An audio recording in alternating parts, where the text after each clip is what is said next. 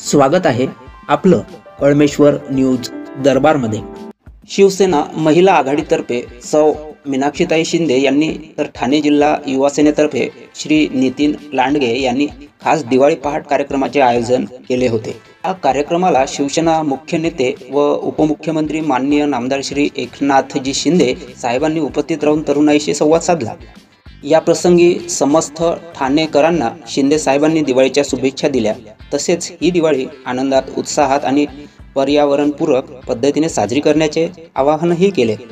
यासोबतच भाजपचे माजी शहराध्यक्ष संजय वाघुळे आणि महाराष्ट्र नवनिर्माण सेनेच्या वतीने आयोजित केलेल्या दिवाळी पहाट सोहळ्यालाही शिंदे साहेबांनी उपस्थित राहून तरुणाईचा उत्साह वाढवला।